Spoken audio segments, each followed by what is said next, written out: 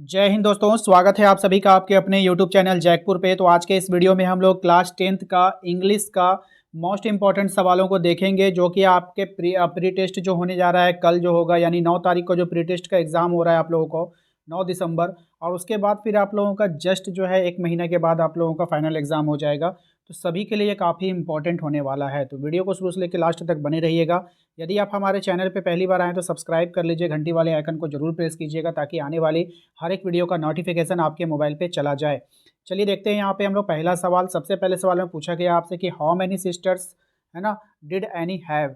Any के पास जो है कितनी बहनें थी, ये आपको यहाँ पर बतानी है। तो एनी की कितनी बहनें थी, यहाँ पर आपको इसका आंसर में आपको बताना है कि एनी की कितनी बहनें थी। ठीक है, 1 थी, 2 थी, 3 थी या फिर 4 थी। तो यानी कि एक बहन थी, याद रखिएगा। ऑप्शन ए इसका राइट आंसर हो जाएगा। अगले सवाल पे आते हैं। अगला सवाल है हमारा कि what name was her book published with. ठीक है, यानी जो बुक को पब्लिश किया गया था, किस नाम से पब्लिश किया गया था, ये आपको बतानी है।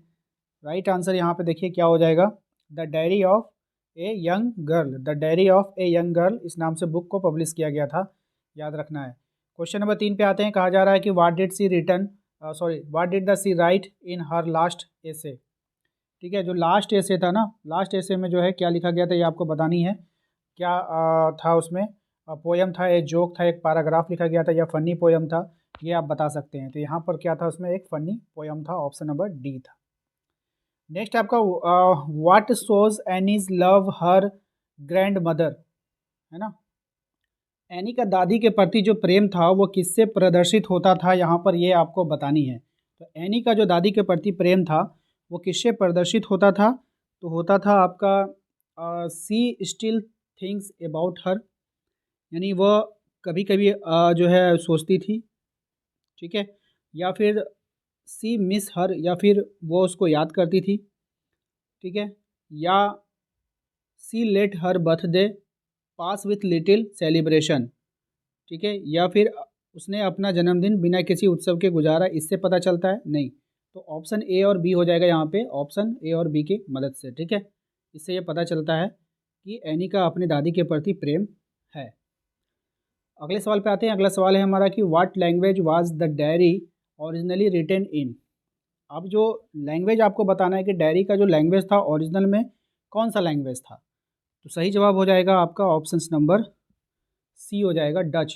कौन सा लैंग्वेज था, डच लैंग्वेज में डायरी लिखा गया था। नेक्स्ट सवाल है आपका who was the only survivor from Annie's family. ठीक है, इसका मतलब होता है कि एनी के जो फैमिली था ना, उसमें एकमात्र आपको जो है सर्वाइवर फ्रॉम एनी फैमिली, यानी कि ओनली सर्वाइव करने वाला, ओनली एक जीवित व्यक्ति कौन था उसके फैमिली में। तो उसके फैमिली में जो ओनली एक जीवित व्यक्ति था, एनीज फादर थे, एनीज का जो पिता था वही एक जीवित व्यक्ति बचा हुआ था। तो dash more patience the people, dash more patience the people. अब आपको ना यहाँ पर फिल इन द ब्लैंक्स में भरना है। यहाँ पे 4 ऑप्शंस आपको दिख रहे होंगे, इन चारों ऑप्शन की सहायता से आपको ना फिल इन द ब्लैंक्स यहाँ पे फिल कीजिए। ठीक है, तो कौन जो है, मोर, हैज़ मोर का मतलब होता है दिए गए ऑप्शंस में से कौन जो है पीपुल यानी लोगों से ज़्यादा धैर्य रखता है। ठीक है, तो कौन रखेगा भाई, पेपर। अकॉर्डिंग टू जो आपका कहानी होगा ये, उसके अनुसार आपको बतानी है। ठीक है, तो paper has more patience than people, people यानी कि पेपर जो है ज़्यादा धैर्य रखता है इंसानों के तुलना में। ठीक है, आइए अगले सवाल पे आते हैं। अगला सवाल है हमारा what was the subject on which she had to write. ठीक है, what was the subject on which she had to write.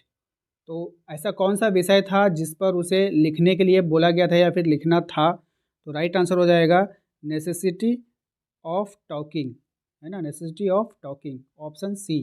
ठीक है, क्या हो जाएगा, ऑप्शन सी हो जाएगा इसका यहाँ पे राइट आंसर, यानी बात करने की आवश्यकता, इस टॉपिक का नाम था। Who was kitty, who was kitty, kitty कौन थी या था आपको बतानी है। तो किटी जो था वो कौन था, एनीस डायरी, एनीस की डायरी। ठीक है, which subject was any not sure of passing, मतलब कौन सा सब्जेक्ट में एनी जो श्योर नहीं थी कि वो पास होगी, ऐसा कौन सा वो सब्जेक्ट था, तो मैथमेटिक्स। ठीक है, तो छोटे छोटे सवाल हैं जो आपके एग्ज़ाम में अगर आ जाएंगे तो आप उसको बिल्कुल भी छोड़कर मत आइएगा, ठीक है। चलिए नेक्स्ट सवाल की ओर बढ़ते हैं। चलिए अगले सवाल पे आते हैं। अगला सवाल है हमारा, who is the poet of the poem Amanda. Amanda poem के जो पोएट हैं, तो देखिए हमने एक वीडियोस बनाया है और उसका नाम है आपका ट्रिक से लेखक का नाम याद करवाया एक वीडियो में, तो आप लोग उसको सब लोग देख लेना। हम कल ग्रुप में डाल देंगे आप लोगों का, ठीक है, सुबह में भी डाल देंगे, तो आप लोग उसको ज़रूर से ज़रूर देख कर जाना, वहाँ से बहुत सारे सवाल आपके एग्ज़ाम में मैच करेंगे, ठीक है भाई। तो देखिए यहाँ पर ना आपसे पूछा गया है कि जो पोएम है अमांडा, उसके लेखक का नाम आपको बतानी है। तो राइट आंसर हो जाएगा रॉबिन क्लेन, ठीक है। क्या हो जाएगा? Robin Klein. यहाँ पे आपका ऑप्शन नंबर डी में है, याद रखिएगा ऑप्शन नंबर डी हमारा यहाँ पे राइट आंसर होगा। अगला सवाल है हमारा, who asks Amanda not to bite nail, ठीक है। तो इसका क्या मतलब हुआ? कौन अमांडा को नाखून ना काटने के लिए कहता है? फादर, मदर, सिस्टर या फिर ब्रदर? तो कौन कहता है भाई? मदर कहती है। नेक्स्ट पे आते हैं हम लोग, who wants to be mermaid, है ना, मतलब कौन जलपरी बनना चाहता है? तो यहाँ पर जो जलपरी बनना चाहते हैं वो कौन? अमांडा। कौन? Amanda, option C. नेक्स्ट है, why should Amanda not eat chocolate. Amanda को चॉकलेट क्यों नहीं खानी चाहिए? ठीक है, it causes acne. It causes acne, है ना, इट कॉजेज एक्न। अमांडा को चॉकलेट क्यों नहीं खानी चाहिए? तो इट कॉजेज एक्न, ठीक है। चलिए, मुहासों के कारण, एक्न मतलब क्या होता है? मुहासे होते हैं, ठीक है। अगले सवाल पे आइए, क्वेश्चन नंबर 5 पे, what should Amanda not do to her soldiers, ठीक है, मतलब अमांडा को अपने कंधों के साथ क्या नहीं करना चाहिए? ठीक है, स्ट्रेट, हंच, पुश या फिर रिंग? राइट आंसर हो जाएगा हंच। क्या नहीं करना चाहिए? हंच नहीं करना चाहिए, ठीक है। चलिए अगले सवाल पे आते हैं। अगला सवाल है हमारा, what does the speaker asks Amanda not do to her nail. मतलब क्या हुआ इसका कि जो स्पीकर है, जो बोलने वाला है, जो वक्ता है, वो अमांडा रिश्ते से उसके नाखूनों के साथ क्या करने को कहता है? मतलब speaker ask Amanda not to do her nails, ठीक है, क्या करने को जो है कहता है, ये आपको बतानी है। तो राइट आंसर हो जाएगा आपका option number B, bite it, काटने के लिए, ठीक है। चलिए अगले सवाल पे आते हैं, how is silence described in the poem Amanda. Amanda कविता में कौन मौन, साइलेंस से मतलब होता है मौन, का वर्णन कैसे किया गया है? यानी कि अमांडा कविता में मौन का जो वर्णन किया, मौन के बारे में बताया गया, वो कैसे बताया गया है? ठीक है, तो राइट आंसर हो जाएगा गोल्डन, सुनहरा बताया गया है, ठीक है, मौन को। आइए अगले पर आते हैं। Next, how is freedom, how is freedom described in the poem Amanda. How is freedom describe in the poem Amanda.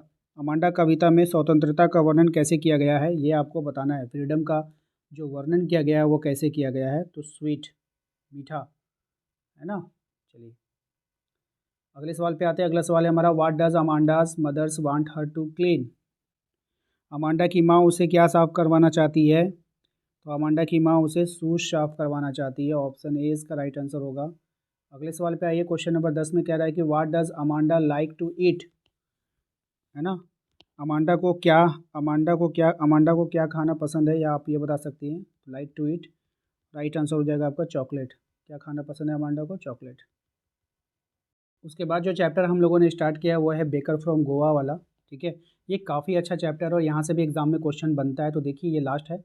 और इससे पहले मैं आप लोगों को एक बात बता देना चाहता हूँ, जितने भी आप लोग, बहुत सारे आप लोग इतने नादान हो ना, इतने भोले हो, इतने नादान हो और इतने अच्छे हो कि आप लोगों का कोई भी यूज़ कर लेता है, ठीक है। तो बहुत सारे बच्चे ना मतलब ये बोल रहे थे कि भैया आप जो लिखे हो, एक एक इंग्लिश का वीडियो, ऐसे मैंने इंग्लिश का सिर्फ 2-3 वीडियो ही अभी तक डाला है, ये लगभग तीसरा वीडियो ये जा रहा है। तो बोलते भैया हर हर वीडियो में क्वेश्चन चेंज क्यों हो रहा है? तो बच्चे इतने नादान है ना कि उनको ये समझ में आता है कि जो यूट्यूब पे जो भी वीडियो डलाता है ना वो ओरिजिनल क्वेश्चन पेपर होता है। भाई ऐसा नहीं होता है, ठीक है। ये सिर्फ आपका बुक का क्वेश्चन है, मैं सिर्फ आपको रिवीजन करा रहा हूँ ताकि परीक्षा के पहले आप एक देख कर जाओ। बाकी तो ये आपके ऊपर है ना, आपका लक अच्छा हुआ तो यहाँ से क्वेश्चन भिड़ेगा, नहीं लक अच्छा हुआ तो नहीं भिड़ेगा, वो तो आपके ऊपर है ना। आप पूरे यूट्यूब पे ढूंढते रह जाओगे, आपको कोई भी रियल क्वेश्चन प्रोवाइड नहीं करवाता है भाई मेरे, ठीक है। तो आपको, अगर आपने अभी आप अब जो है आपकी परीक्षा की घड़ी है भाई, 1 महीना आपके पास है, अगर आपने अभी भी तैयारी अच्छा से नहीं किया है ना, तो एग्ज़ाम दे करके आने के बाद लग जाना, जी जान लगा देना, वरना फिर आपका पूरा साल बर्बाद हो जाएगा। ठीक है, तो चलिए स्टार्ट करते हैं। नेक्स्ट आते हैं हम लोग सवाल पे। इन द कह रहा है कि in the olden days baker in Goa was known. ठीक है, पुराने दिनों में गोवा में बेकर को किस नाम से जाना जाता था, ये आपको बतानी है। तो पैडर के नाम से जाना जाता था उसको। किस नाम से? पैडर के नाम से जाना जाता था बेकर को। अगला सवाल है आपका, what did children like to buy. ठीक है, बच्चों को क्या खरीदना पसंद था? तो ब्रेड बैंगल। क्या खरीदना पसंद था? ब्रेड बैंगल खरीदना पसंद था। नेक्स्ट है आपका, who was identified as friend guide and companion, है ना, कंपेनियन ही ना, हाँ, companion in the chapter a baker from Goa. मतलब बेकर फ्रॉम गोवा में जो अध्याय में जो मित्र, मार्गदर्शक और साथी के रूप में किसे पहचाना गया। ठीक है, तो ये पहचाना गया था बेकर को ही। किसको पहचाना गया? बेकर को ही। नेक्स्ट जो सवाल है वो है हमारा, what were the Portuguese famous for. इसका मतलब होता है पुर्तगाल। क्या होता है? पुर्तगाल मतलब होता है। ठीक है, तो ये जो क्यों फेमस था, तो ये प्रिपेयरिंग ऑफ लोवेज ब्रेड, इसके लिए ये फेमस हुआ करता था। ठीक है, ये समझ जाइएगा। अगला सवाल देखिए क्या है, what produce the traditional baker sound. ठीक है, तो ट्रेडिशनल बेकर साउंड जो है, कौन से साउंड को वो लोग प्रोड्यूस करता था? साउंड कौन सा प्रोड्यूस करता था? तो बैम्बो साउंड। ठीक है, बांस वाले साउंड, बांस के कोई चीज़ यंत्र हुआ होगा। What are the bakers known in Goa. ठीक है, तो गोवा में जो है बेकर को किस नाम से जाना जाता था, ये आपको यहाँ पे बतानी है। तो पैडर के नाम से, इसके बारे में आपने पहले भी पढ़ लिया है। How many times did the baker comes every day. Baker जो है एवरी डे कितने टाइम आता था, ये आपको बतानी है। Right answer, twice a day, दिन में 2 बार आता था। ठीक है, व्हाट वाज कॉल्ड कबई। कबई को क्या कहा जाता था, ये आपको बतानी है। तो राइट आंसर हो जाएगा बेकर्स ड्रेस। बेकर ड्रेस को कबई कहते थे। ठीक है, बेकर्स ड्रेस का यहाँ पे ऑप्शन ए में। ठीक है, नेक्स्ट है आपका, what are compulsorily prepare during Christmas in Goa. यानी कि क्रिसमस के समय में गोवा में क्या, मतलब एकदम बनना है तो बनना है, क्या बनाया जाता था, ये आपको बतानी है। तो बोली हैज़, बोलिन हैज़ कोई चीज़ होगा खाने पीने का, मुझे तो नहीं पता। नेक्स्ट है, आते हैं हम लोग, where were the monthly accounts of baker recorded. Where were the monthly account of the baker recorded. अब ये जो था ना, ये जो बेकर जो था, इसके रिकॉर्ड, जो मंथली रिकॉर्ड को कहाँ पे रिकॉर्ड किया जाता था? बात समझ में है कि नहीं? तो इसके मंथली कामकाज किसी का होता है ना, तो उसके रिकॉर्ड को कहाँ पे लिख के रखा जाता था, ये आपको इसमें आपको जो है, इस वाले क्वेश्चन में यही आपको बताना है कि उसका मंथली रिकॉर्ड जो होता था बेकर का, उसको जो है कहाँ पे रखा जाता था। तो on the wall with pencil, यानी कि दीवार पर पेंसिल की सहायता से लिख कर रखा जाता था, है ना। तो दोस्तों, आशा करते हैं आप लोगों को आज का ये वीडियो पसंद आया होगा। इससे पहले भी हमने 2-3 वीडियो चैनल पे अपलोड कर दिया है, हो सकता है आपकी उससे हेल्प हो जाए। लेकिन फाइनल एग्जाम की अच्छे प्रकार से तैयारी करने के लिए आपको हमारे चैनल को सब्सक्राइब करके रखना होगा, घंटी वाले आइकन को प्रेस करके रखना होगा, ताकि आने वाली हर एक वीडियो का नोटिफिकेशन आपको मिलता रहे और आपके फाइनल एग्जाम की तैयारी अच्छे से हो पाए, और हर एक चैप्टर का, हर एक विषय का आप लोगों को यहाँ पे वीडियोस प्रोवाइड किया जाएगा। ठीक है, तो ये था हमारी तरफ से आपको छोटी सी हेल्प। आशा करते हैं कि ये हेल्प आपके ज़रूर काम आएगी। मिलते हैं नेक्स्ट अगले किसी वीडियो में। Thank you. जय हिंद, जय भारत।